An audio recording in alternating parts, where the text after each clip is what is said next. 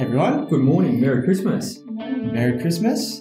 Welcome to the Aureus Financial Podcast with Jackson Milan, the Wealth Mentor. Sam Panetta, co-founder of Aureus Financial. And Kat Haigh, founder of Aureus. Hey Kat, how you doing? Pretty good, how are you? Doing very well. So it's good that we've got you here today with our second guest on the podcast, which is a bit exciting. Thanks for having me. Good to have you here. So, Kat, we've known each other for a while, and your entrepreneurial journey has been very fast-paced, and you've had a lot going on. So, in your elevator pitch, how would you describe yourself and your business? So myself, I've worked in marketing forever. Over the last year and a half or so, I've been working with clients, and in the last 6 months, I've been solely dedicated to working for myself. Prior to that, it's taken me about 2 years to actually build out a platform that I've been working on. So that's been a long journey, but it's been the last 6 months that I've been dedicated to just, self-employment. Fantastic. So tell us a little bit about Growth Sprout, because what you're doing in the marketing world is quite different to most kind of online marketing entrepreneurs. Cool. Well, I'll tell you what it is and I'll tell you why I built it. Fantastic. So Growth Sprout is a platform that it kind of allows me to coach small business owners through what they should be doing in their marketing and to grow their business smarter. And basically what it is, it's modular based. So I can build them out a program and then give them access to the step-by-step instructions and the templates and the scripts and whatever they need to build that. The reason I built Growth Sprout is because, as I said, I've worked in marketing forever. That includes working for large agencies, working for large brands, working for myself. And I've seen a lot of problems in the way that marketing is done and taught. And I've never seen it done perfectly, to be honest, even in the larger companies that I worked for. And it's hard for everyone. It's hard for marketers. Marketing is quite a technical field, and there's so many moving parts. There's so many things you need to think about. There's so many different approaches. And it's hard enough for big companies and even agencies to get it right. And it's very, very difficult for small businesses, especially small businesses who are by themselves, who might have a limited budget and who don't have much experience. And basically how marketing is taught to business owners is it's taught as everyone is the same. So, a small business owner might be told by someone, oh, you should be on Facebook, or, you need Google Analytics, or SEO is really important. And they might go and spend a lot of money researching that thing or doing a course, and it might not work for them. So what I'm trying to do with Growth Sprout is to actually give business owners a way to get rid of the noise and figure out what they should be doing for their business, because it will be different. Sure. And it's interesting, I guess. I know through my various businesses that I've had, I've learned through a lot of mistakes. Yes. And the world of marketing is really saturated. Everyone these days is a marketing expert. Like, I don't think there's a day that goes by where I don't see ads from a marketing expert who's apparently sold 7 or 8 figures in sales and all of these things. Who's trying to teach a new tactic or strategy. And I remember with my first business, which was an online fashion business, I made a lot of very costly mistakes. So I guess from your perspective, I think probably one of the burning questions that our listeners or viewers would have is that how do they select the right online marketing person for their business? Yeah, it can be really hard to differentiate between that noise and someone that's right for them. To be honest, it's quite hard to be. Most marketers are either experts in a specific field, so an SEO expert or a social media expert, or you'll have kind of generalists who know a bit about everything. I probably consider myself more of a generalist than a specialist, which is kind of why I was able to build Growth Sprout. Sure. The challenge that small businesses will have to finding the right person is to find someone that can that knows enough about their industry and the problem that they have and what they should be doing, that they could do it by themselves. So that's usually why there's agencies, because an agency will have multiple skill sets. They'll have people in different buckets of expertise. The challenge for small business owners is that they don't have that. So how do they find, it's a good question, how do they find one person that's affordable who can help them with their marketing? I think a generalist is going to be best, someone that knows their industry fairly well, and ideally someone that's had to get their hands dirty and has done it a lot themselves. Sure. Because theory and like doing it is very, very different. Sure. So someone that's actually been in the tools and had experience playing around and getting it right, not just learning and teaching. It's important, I guess. One of the things that I've observed is that there's a lot of educational material out there about marketing, and it's hard to know what's still relevant and what still works. Like I'm hearing a lot of noise at the moment around SEO. And for those of you who don't know, SEO is search engine optimization. It's basically how you rank on Google and the relevant search engines for certain search terms. And it was always, I remember back in the day, like when I was running my online business, it was the big thing that every agency was trying to approach me to sell SEO. And their pitch was always, well, it's going to take us 9 to 12 months to get you on the first page for certain terms. So you're investing month after month after month in hoping that they're telling you the truth. Yeah. And it's a really long tail approach to getting results. So I guess when it comes to education, where do you look for to make sure that the information you're getting is actually credible, so you're not throwing good money after bad? So many questions in there. It can be hard to validate that someone actually has expertise in the field. You just got to do your due diligence. Don't just read sales copy. Go and actually see what they're doing themselves is a really good approach. Are they successfully marketing their own business? And there's a number of tools that you could use to, even if you were interested in finding, for example, someone to help you with SEO, there's a number of tools that you could use to analyze their own SEO score. Okay. And you could just see if they can walk the walk. Yeah, wow. Yeah, it's a very overwhelming space. I guess, I guess online marketing for a lot of people it's just a means to an end, right? It's a means of getting leads into your business. And a lot of times as business owners, we can sometimes overlook the customer journey. Yes. So I guess in terms of your growth sprout offering, talk me through, I guess, how do you go to put together a tailored marketing plan for a business? Yeah. You said something really important there, the customer journey. So the biggest mistake that I find small businesses make, well, one of them, is that they look at the world from their perspective rather than from their customer's perspective. So much of what I do in my job is not even necessarily like marketing skills. It's literally thinking. And thinking through what that customer is experiencing, what they're expecting, what they want from that purchase, and that usually drives most of my strategy. So when I build out, I guess to answer your question, when I build out a program for someone, where I'll start them is that thinking. So I want to start them with understanding who their customers are. And I'm sure probably most people listening to this have heard of personas or avatars. Yeah. And it's a bit of a buzzword, but it's actually very, very crucial, and it's very important to get that right, to really, really understand who your customer is. And you've probably heard as well that it's really important to have a niche. Basically, what I would recommend is when you're building out your personas and when you're figuring out who your perfect customers are, which I'll talk through why that's important in a second, the more specific you can be, the better. So for me, if I was like, oh, I'm a marketer and I have growth sprout, I'm going to target every business owner. I'm not going to help anyone because my messaging is going to be so generic that it's not going to resonate with anyone. Yeah. And the idea is the products that I have to build will be so broad. So the best idea is to figure out, even by looking at your current customers, who in there are the best customers that you have, that you love to work with, that don't, try and get you to work for free or like push you on price or whatever, that love you, that value your time, and that you enjoy working with, and then figure out what's consistent about them and what's not. So for me, I seem to often attract female entrepreneurs, often when they're just launching for whatever reason. And so my messaging is starting to be tailored very specifically to female entrepreneurs who are in kind of their first 1 to maybe 3 or 4 years, and often are self-employed, but like they work for themselves, by themselves. There's no one else in their company. That makes it much easier for me to tailor my branding, my messaging to women and to people who are very isolated, as opposed to everyone that runs a business. And it's interesting. I think that you tend to attract people that are on a similar trajectory to yourself, right? And you're relatively new in the growth track business, although it's been a long time in the making. So I think that, would you find that your kind of pain points in your journey has kind of helped you to craft the message of something that resonates with you because it resonates with others? Absolutely. And that's one of the things that's so important about understanding who you're speaking to, is to find those commonalities, because people want to buy from people that they know and they like and they trust.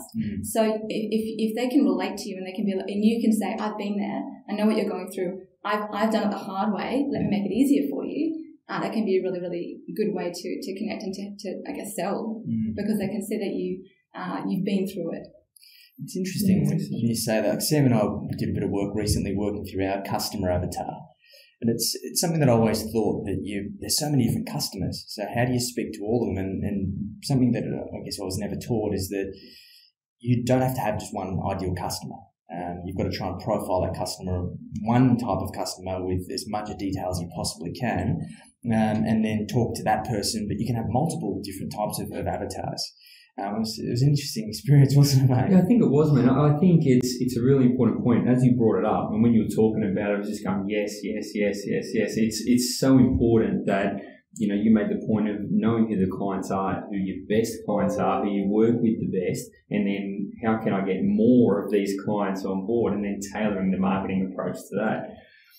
You mentioned the platform that you're building, so that's really exciting. Can you tell us a little bit more about what the platform is, how it's going to work, and how it's going to help people? Yeah, so the challenge as a small business owner, which kind of some of your questions you've been asking me have pulled out, is that there's so much you need to do in marketing. So you need to understand your personas, you need to build messaging, you need to, have creative, whether that's product photos or some sort of imagery for your ads when you're a service business. You need to work out your analytics and figuring out what's working, what's not. You need to run ads. I could go on forever, and that's just the basics that everyone needs to do. And when you work with an agency or a marketing expert, or you do a course, or you Google something, you're looking at a very siloed approach. So you're looking at SEO, you're looking at one thing. Not only do you need multiple, tactics in your marketing efforts, but you need to make them work together in an overarching strategy.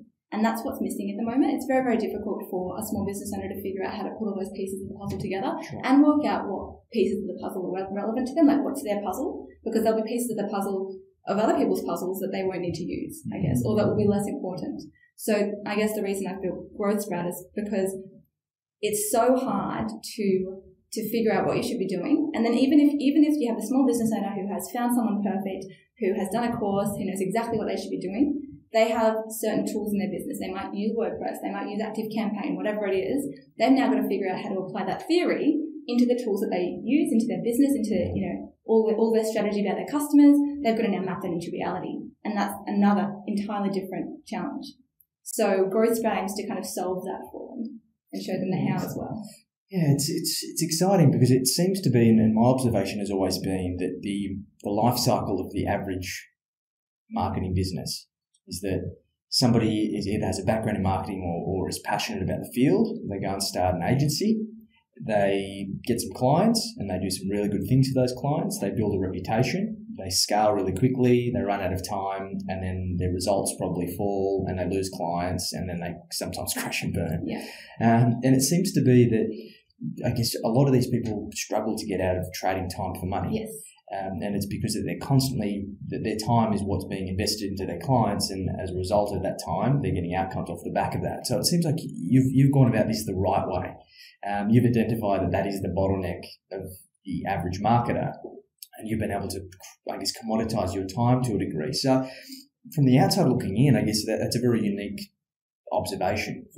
You haven't had to learn from first-hand experience. You've had the observation to start off with. So what inspired you to start Growth Sprout in the first place? I think, so this is my first business. Yeah. I've started a number of businesses. I think my first idea of a business might have been when I was 12. And I failed many of them, even as a marketer. And I guess what drove me to it is I've always been passionate about small business owners because I guess I relate to them and I see how hard it is for them. And I found it hard. And so, Growth Sprout is almost as much for me as everyone else. Sure. It allows, even for me, it allows me to build my processes out to understand what I do when I do things, so I can either teach that to someone else as I scale, or, be quicker and more efficient with my own time when I do things as well. Yeah, it's an important thing, I think, that having that sounding board, we do it for ourselves as well. Like when we're talking about building strategies and roadmaps for our clients, we go through the same planning process in our own business, and it's just, you need that sounding board. You need to get all of those ideas that are going on in your head out somewhere, so you have, I guess, a very concise plan of what you need to do to kind of take action. Yeah. This is what it comes down to at the end of the day, right? Yeah, actually, you're the one taught me the importance of process. And it's so important because in business you end up repeating the same thing over and over again, whatever that is. And if you don't have a process, you just end up having to ask yourself the same questions and going through the same mistakes over and over again. So if you map out whatever processes in your business you have, you're going to limit how many of those mistakes you repeat, and you're going to be much more efficient with your time, and you're going to get a better outcome. Yeah, it's about optimizing the process. And I guess once it's documented, you can train someone else in your skill set, your process, what you've nailed, you're really good at it. And that's how you ultimately scale by bringing on other people saying, this is how I do it, guys. And then it builds up from there. Kat, marketing is it's a lot like finance. It's a very fluid, constantly changing industry. If you had to pick, since you started in business, one marketing trend that has really disappeared and one that's coming strong now, what would you pick if you had to? I mean, the obvious one is, traditional marketing, so print has definitely declined, and now everyone seems to be a digital expert or moving to. What has kind of been trending at the moment, funnels is a big one, and marketing automation. Yeah, nice. Content marketing, they kind of all end up in the same thing. And these are all things that we're looking at in our own business, Jackson. These are the sort of things, and it's just funny how you can apply it across so many different business models, because the biggest companies in the world, McDonald's, they still market every day to you. They're trying to sell you Big Mac, so it's not something that you can ever put off. I think marketing is just a constant striving perfection for business. Exactly right. Yeah, I think that I was watching a kind of a thought leadership speech that Steve Jobs did a while back, and he was talking about the difference in business executives. There's the ones that are the sales and marketing experts and the ones that are product experts. He always positioned himself as a product expert. He said that at the time, every big business that were their competition were all sales and marketing experts, but they had crappy products. So he was able to position Apple as a point of differentiation because they had phenomenal products that were unprecedented in the market. So I guess in your business, Kat, and some of the clients that you've got on Growth Sprout are quite product-based. You've got a lot of e-commerce businesses.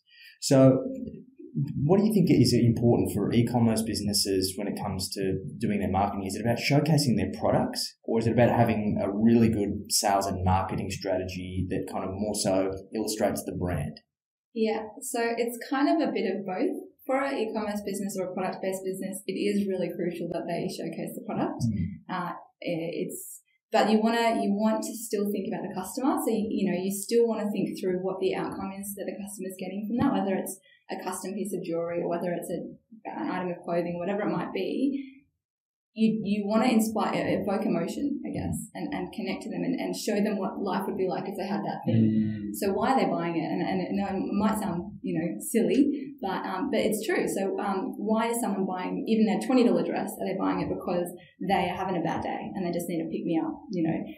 Are they buying it because it's the last minute for an event next tomorrow night or whatever that might be? If you can think through those kind of the outcomes, whether that's, and people are generally walking away from pain or towards pleasure. So if you can figure out what those outcomes are, you want to build your marketing and even your brand around positioning yourself as someone that can help them reach, move away from that pain or towards that pleasure. Yeah. It really is a science, isn't it? It's like I've observed a number of brands. I think probably the most popular one is Showpo.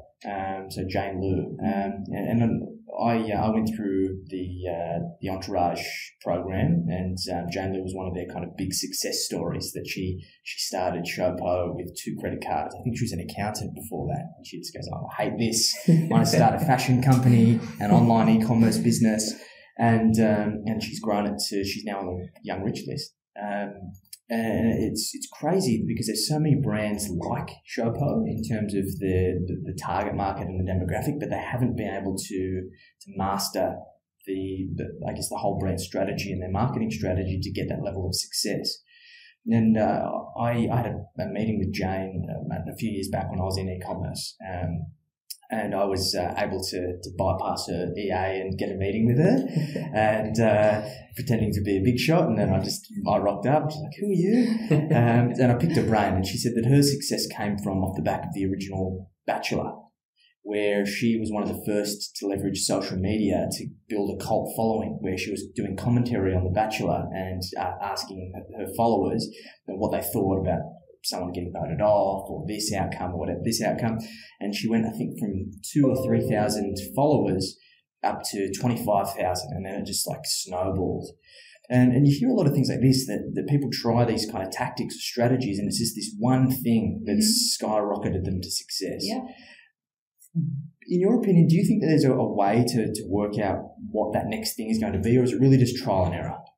It is very much trial and error. You're probably not going to get it right the first time, but it comes back to the customer. So why should they follow you? I've actually watched Showpo from the beginning. I remember the first ads on Facebook. She was one of the first people to really, in her space, take advantage of Facebook to the level that she could have. But she was really smart. So if you look back, even I think now at her content on across social media, it's not just product photos. No. And those product photos are beautiful. They are very aspirational. They show a very beautiful woman looking great with starred backgrounds.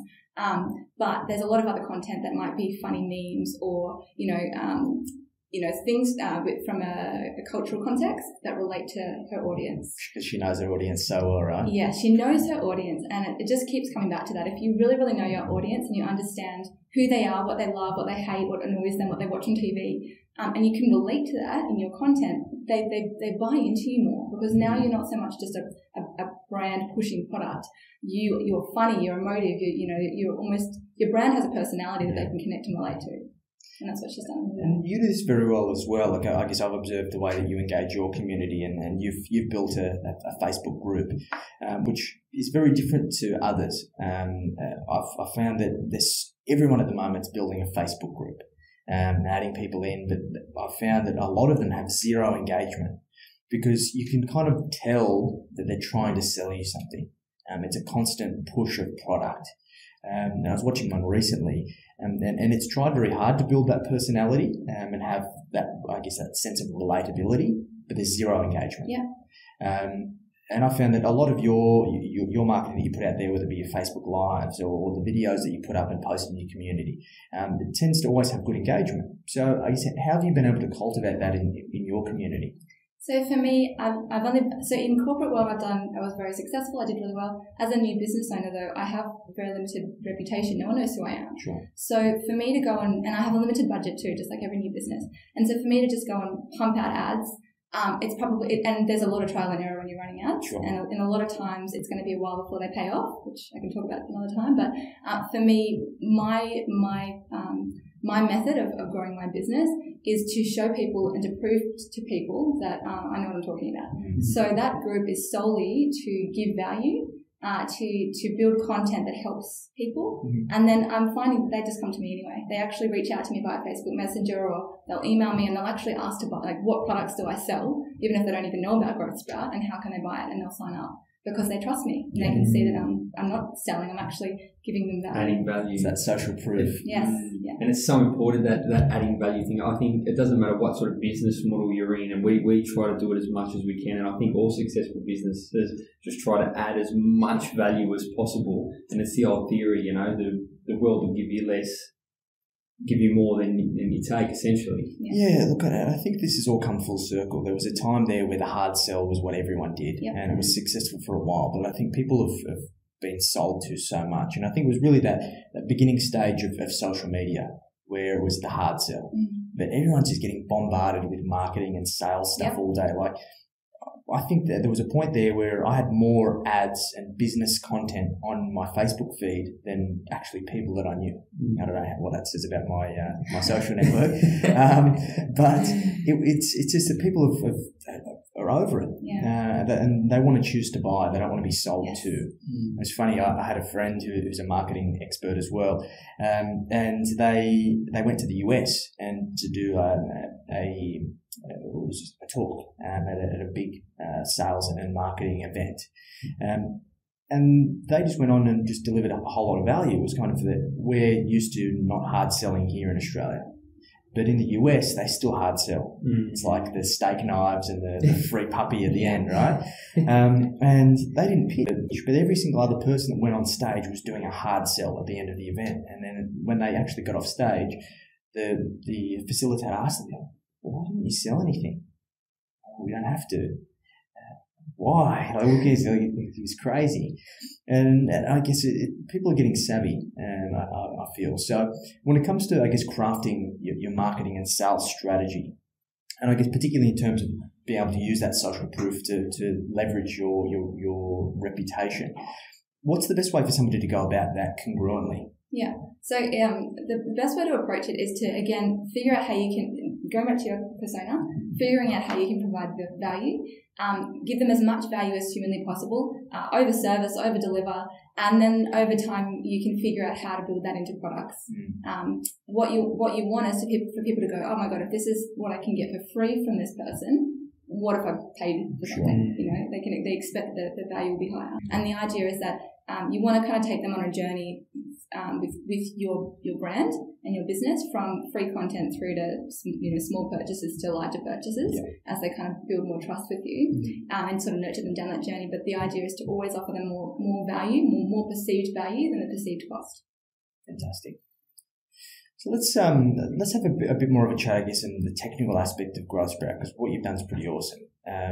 So when it comes to, I guess, building a product, obviously a lot of service businesses have toyed with the idea of building a product and a way of, I guess, stopping trading their time for money.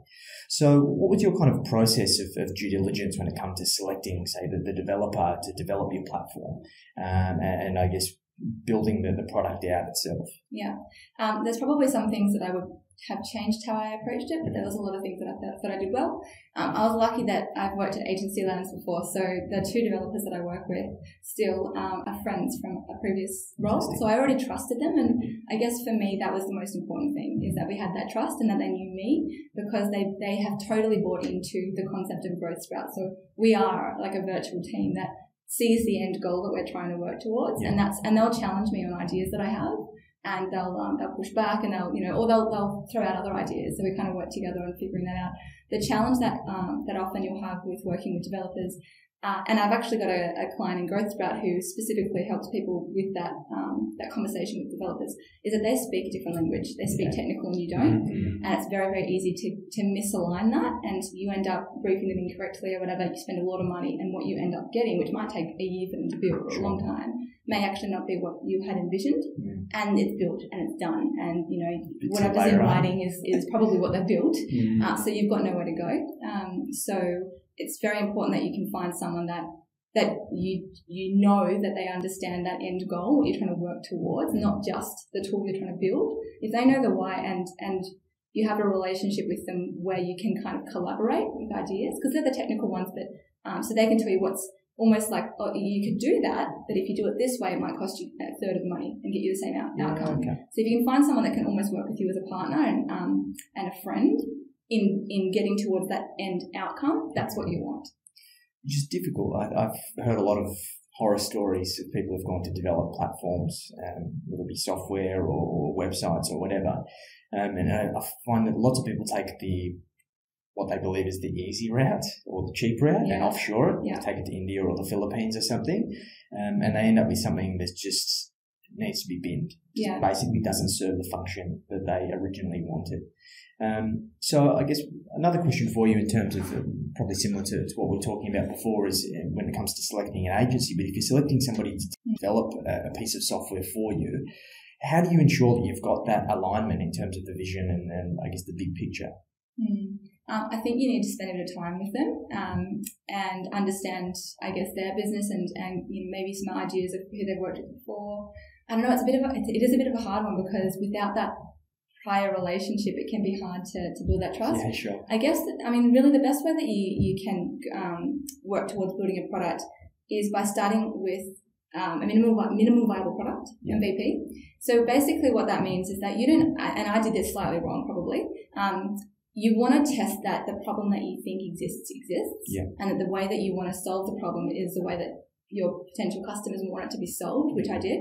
But once you know that they're both reality, that there's a problem and that the way that you want to solve it will be valuable, find a way that you can test that in reality without building anything. A good challenge is you have a budget. You could end up door knocking. You could go down to the low. Like, it's scary that you should do it. And one of the things that I did do well was, because I was told to do it, is that I went out to small business owners that were just at the shopping centre, and I asked them if this tool existed, do you find marketing hard? What do you find hard about it? If this tool existed, what would you want it to be like? And I was going to build it on a phone, for example, and they told me, well, if I'm learning things and applying things, it needs to be on a desktop computer, for example. There is definitely a way that you can test your concept without building anything. Okay. So I actually could have built an example of Growth Sprout. So I could have built the content and the tactics within Growth Sprout via even like a membership site via ClickFunnels that exists now, which didn't before, but something like that, some sort of WordPress plugin or something as a test first, which I didn't go as far as to do that, which probably would have been safer and smarter. But we are now, kind of working through like lean startup methodology. So basically how I work with my developers now is I just pay them per hour, and we work through one change. First of all, I'll actually ask my users if they want the change, and I'll give them some options of how that might, pan out and look in reality. They'll vote on it. They'll vote on priorities. Then we'll build it, and we'll just build one thing at a time, because usually by the time we finish one thing, what's going to happen next will be different. Sure. So we kind of evolve with them. And what we're doing at the moment is, wherever possible, instead of hard coding something into the platform, we're figuring out how we can say, add a button that links to an external website that's built in WordPress, which is just a page that I can hack together in an hour. Okay. Test it. Is it valuable? If it's valuable, then go spend the $5,000 or $10,000 on building it into the platform itself. Yeah, fantastic. And I think a lot of products do this wrong. I think that they go too big too quickly, and I guess a lot of them fail because they don't give their audience exactly what they want, and their audience doesn't feel like they have a voice. And I think that's a really good thing about your platform, is that because it is modularized, and people can go through bite-sized pieces of information and then go and implement, that there's that kind of two-way conversation on the platform, which a lot of others don't have. Like I've had a number of issues with a number of pieces of software, and I don't feel like I have a voice to be able to have an impact. Yeah. So what you ultimately end up doing is saying, well, does it give me enough value for what I'm paying? Yes or no? Yeah. And then if it's no, then you cancel. Exactly. Which obviously affects your drop rate and your retention rate for your business. So I think that's really important. So I guess in terms of continuing to develop, what's the big vision for Growth Sprout? What do you ideally want to see? Let's say we're 5 years in the future. What do you want Growth Sprout to look like at that point? Well, really, my goal is that. So I think the stat is 3 out of 5 small businesses in Australia fail. My goal is that number changes, basically. My passion is really the smaller businesses. But my vision for Growth Sprout, I have a lot of things that I want to build into it. I still see more problems that are to do with marketing and growing your business that aren't solved properly. And I have new things that I want to add into Growth Sprout to fix that. But I also know that the challenges that exist in marketing are also challenges from a marketer perspective, challenges that I had as a marketer, things like, you're an expert in one thing, but you need to solve a problem. Sure. So I can actually see Growth Sprout being used as, for example, being white labeled by other agencies. Okay. I can see other experts coming in and weighing in and creating content for it. Yeah.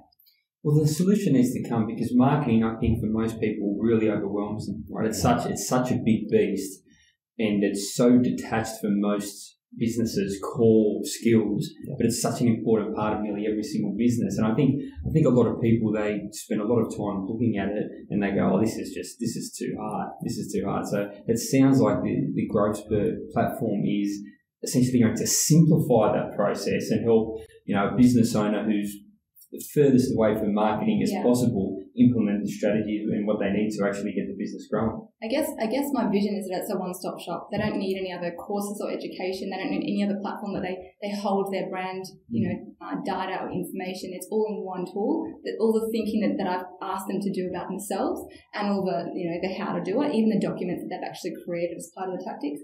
I want it to be a portal that's all they need to do for their marketing and for their business growth. Which is excellent. Really cool. It's what every business owner really needs. It's, as Sam said, it's when we get into business, the last thing we really think about is the sales and marketing aspect. We just think that people are going to start knocking on the door and trying to give us money. Yeah. We've got a great service, or we've got a great product, but you can't sell a secret. Well, it was one of those things that when I first started my first business, that I thought that once you started an e-commerce business, people would just find you. Yeah. And the internet is a big, scary place, and there's businesses being started every second. Yes.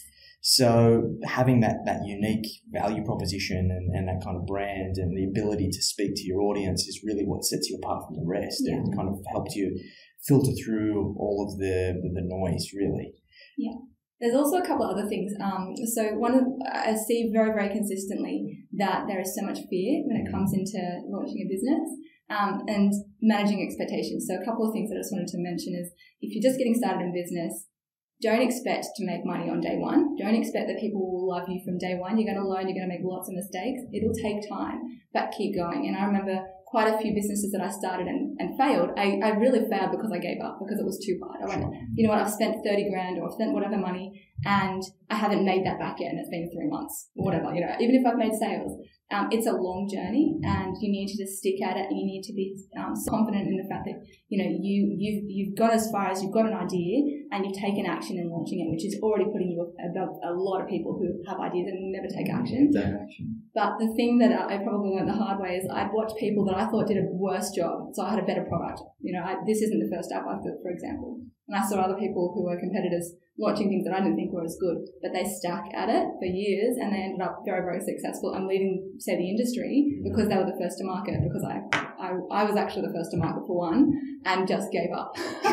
So stick at it. Don't be afraid. It is very, very scary. You're going to make mistakes. You're going to spend money before you make money, probably a lot of money, but it's part of the journey. Just don't give up, because then you'll have to start again. It's really important advice, I think, that being an entrepreneur is a lonely journey, and we've spoken about this as well. And there's always going to be that little voice in the back of your head that tells you you're a fraud, and that you're doing the wrong thing, and that you shouldn't try, and just go back to the safe place. And that's kind of that defense mechanism that's trying to protect you from yourself. And I think that success is defined by your ability to push on in spite of it. Correct.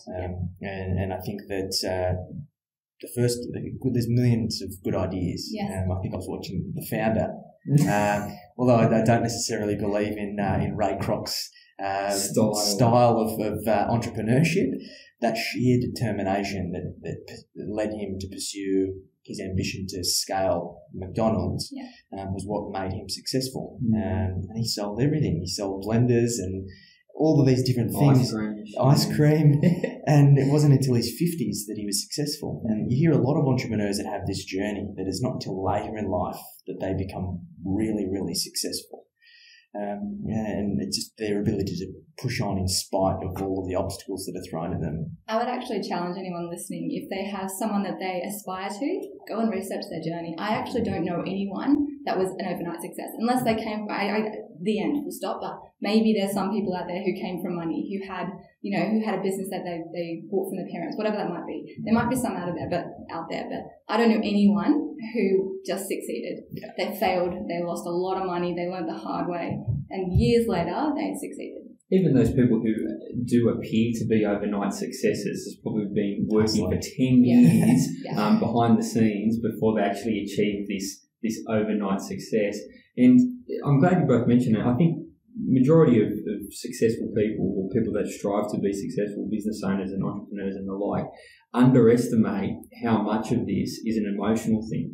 You know, it's not so much your business skills or anything like that, but being in control of your emotions and being able to weather the ups and downs of being in business, because it does get tough. It does get tough. And that's the other thing I'd mention is be careful who you listen to, who you let sit, I guess, with you. So if you're getting bad advice, or if people are telling you you're wasting your money or you're not going to succeed, just be careful who you listen to. Obviously take advice, but make sure it's come from someone that maybe has a position to give it, and take it as almost constructive criticism when it makes sense to. So don't listen to people, but don't let people push you down, because a lot of people around you will tell you you're doing the wrong thing, will tell you, you're wasting money and time and effort, and you're going to fail. So especially given the time of year, right? It's like you're sitting around the dinner table at Christmas and your auntie asks you, "Oh, what are you doing at the moment?" And you explain, and with all the best intentions, she tells you, "Oh, don't do that. Just go back and get a normal job. It's safe." And these people are trying to protect you. It's their defense mechanism of trying to look out for you, but they just don't understand. And look, I believe in that kind of entrepreneurship gene. Like, you either have it or you don't. And you said that you always had this idea of starting a business from when you were like 12. So what do you think drove you to be self-employed, to be an entrepreneur, to pursue this kind of hard life?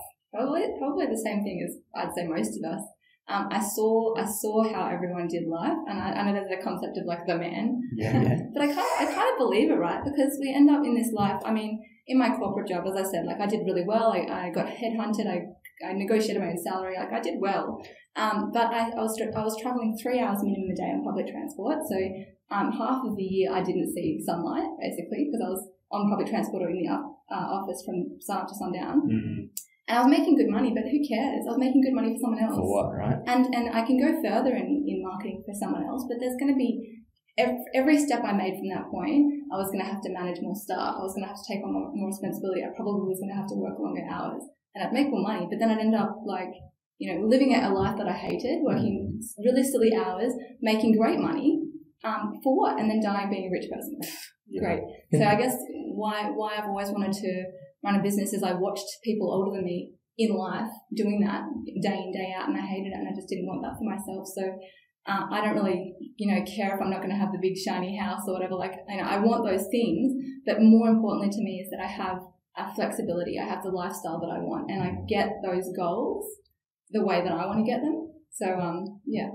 It's about fulfillment, I think. Fulfillment, yeah. And look, I had a similar journey as well, that you're walking through the city one day, everyone's miserable, you're sitting on the train, everyone's head in their phone and just trying to distract themselves from, I guess, the life that they're living, right? And you just question, why am I doing this? Yeah. And I was having a conversation with a friend recently who was telling me that their daughter works for a big top-tier law firm, doing 80 hours a week. Yeah. Is there, doesn't leave the office until 9, 10 o'clock at night. Mm. The firm provides them with a chef who cooks them meals every day. Yeah. They get a taxi home. But for what? You're making all of this money and you're not going to be able to be around long enough to enjoy it. Mm. You're going to be miserable. It's going to affect your relationships. And I think it's just this ambition that we're programmed from when we're kids to want to pursue, yeah. the way that the man defines success. Yeah. Yeah. And it's, I guess, we've exited the matrix. Yeah. I think Morpheus has come and tapped us on the shoulder and said, hey, we can do things differently and we don't have to kind of pursue this grind. Mm. And it's escaping that cycle that's really important. But I think that's actually a good point, though. I think a lot of people that I speak to who go into business, they go into business for their lifestyle. For me, I didn't know if I'd ever make the same money or more money than I did in corporate, but I wanted to have that amazing lifestyle, but I was willing to sacrifice it to be in control. Mm-hmm. But what I've actually been learning from you and through my own journey is that that's not reality either. If you change how you change your mindset and you change how you value yourself almost, you can absolutely get to those goals. And in fact, you can get a lot further than you could have got in corporate. It's much quicker, but a lot of it is in your mind. Yeah, look, I agree with this 100%. So I read every rich list that comes out, right? It's really inspiring. These guys, they've all worked really hard. Guys and girls have all worked really hard to achieve what they've achieved. And you look at it and there's never been an employee on that list. No. Every single one of those people have started businesses or grown businesses, and it is hard to go from, a startup business person to, a successful business person, and then your corporate guys are probably still earning more for a little bit, but then you get the flip side of the coin where the growth becomes exponential and you see these business owners just increasing their wealth substantially year after year after year after year, and that's how the rich listers of the world per se have accumulated this huge amounts of wealth. They've all been in business. And I think that the first thing that people need to admit to themselves is that you're not going to become rich off your earned income. Like you might earn $300,000 a year or $500,000 a year as a top level executive, but you got to realize that you're losing half of that to the tax man, and you're still in that kind of constant battle of trading time for money. Yeah. And a lot of these rich listers, it's like why Jeff Bezos is fluctuating in terms of being the richest man is because the valuation of Amazon is always changing. Because most of his net worth is off the back of his ownership stake in Amazon. Correct. And all of these people get wealthy off their ownership of what they own. And from a tax perspective, makes sense too, right? Yeah, well, mate, wealth is created through the accumulation of assets. A lot of people think, it's your income, your level of income that defines your wealth, but it's not really. So your cash flow can fund your lifestyle and help you accumulate more assets, but really, really wealth or being rich is owning a lot of assets. Doesn't matter what it is, but in case of business people, if you can turn your business from being a cash flow machine into an asset machine, then that's when it starts to do worth value. And look, and that's an important point to come full circle, that a lot of marketers create cash flow businesses. They've got these retainer clients, which they get to critical mass very quickly, and there's no real value in their business. Like you very rarely hear of marketing businesses being sold, because the person or the entrepreneur is the business. Yeah. For yourself, you're building a product. If you're going to build something that's extremely valuable, and I guess that's ultimately going to become your legacy one day. So I guess, is there an ultimate point for you where you have grown Growth Sprout to, I guess, the ambition where you're going to say, hey, this is enough's enough. I'm happy to kind of hang up my hat and go live the good life down in Curl. Yeah. I think we're all the same. I don't know if I could just sit in a hammock all day. I think I would get bored. In fact, I do get bored. I love marketing because it changes and because it's so hard. So I don't know. Would I stop Growth Sprout if I thought it was ready to exit? Maybe. If that made sense, financial, if that made sense, because I had another great idea, which probably will happen. But I think if that happened, I would be on some other journey somewhere else. Yeah, I think as an entrepreneur, retirement's a really dirty word, isn't it? Like I can't. I'm never stuck. I know I can't. I'm going to work till the day I fall off the perch. I think in one way or another, right? My nana is still working for free with my mum because Wow. she just doesn't want to go home and sit at home all day. How old is she? I don't know if I'm allowed to say, but she's definitely past retirement age. Okay. Yeah, probably should In ask fact, her. my mum could be A lady's age. in a year. I think my mum could retire. Yeah. And my nana's still working. And it's about, once again, I think it's come back to that fulfillment piece. We have to be fulfilled. Like you see far too often that particularly the baby boomers, right? Yeah. They've spent their entire life pursuing a career.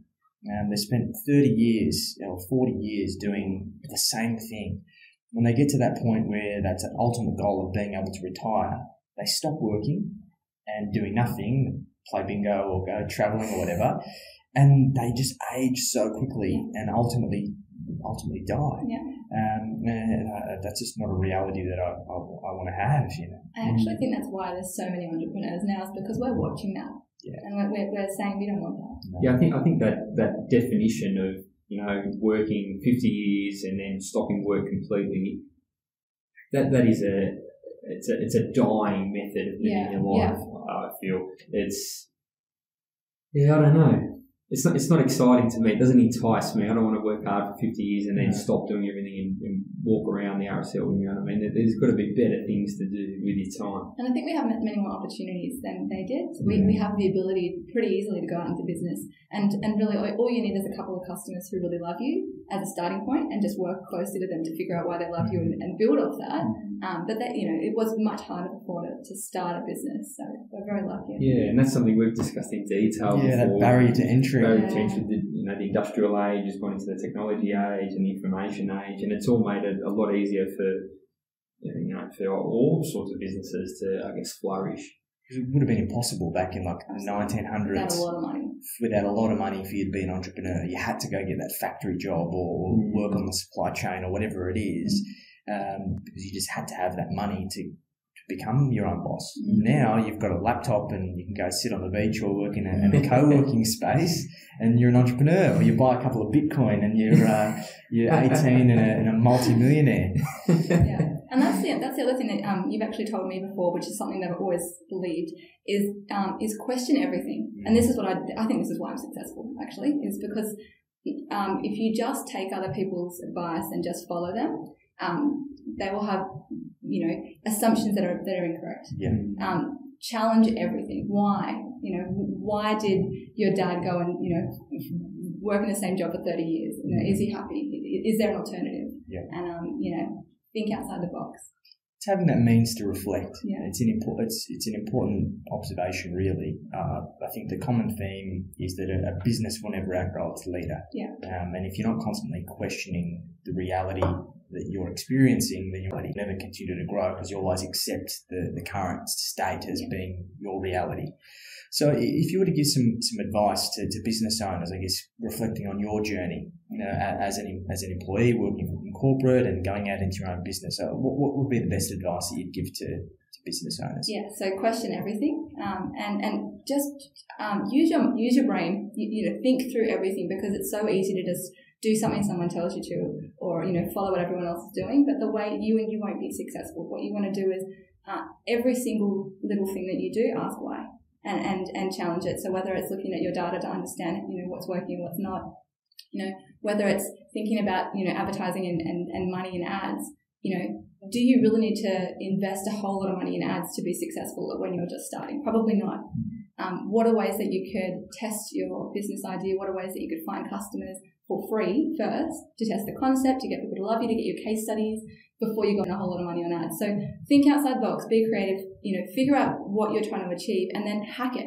Just, you should have it on your wall somewhere, like just how can you hack it? Because there's always a way to do it smarter and most people aren't doing it. So if you can figure it out, there's not many people that you're going to be competing with. Fantastic. Excellent. And don't be afraid and keep going. I think that's a big one. Yeah. I think there's been many nights where I lie in bed and that little voice starts talking to me. We all have it. And I start freaking out, but it's just a matter of saying it's all right. Keep going. It's part of the journey. Yeah. Keep going. Yeah. Awesome. So, look, if people want to hear more from you, obviously you're a big commentator in the marketing space. You produce a lot of great content. So, if any of the listeners or viewers want to I guess, listen in and hear more from you, how do they find you? So search for Kat Haigh on Facebook. You'll be able to connect to my Facebook group that way, as well as my own page, and also on Instagram. And you can also just look at kathaigh.com.au, just Google me, and you'll be able to find my stuff, including links to Growth Sprout. Fantastic. Excellent. We'll put all the information. Yeah, we'll include all the info in the description, and I'm sure that there'll be plenty of people who want to hear more from what you got to say.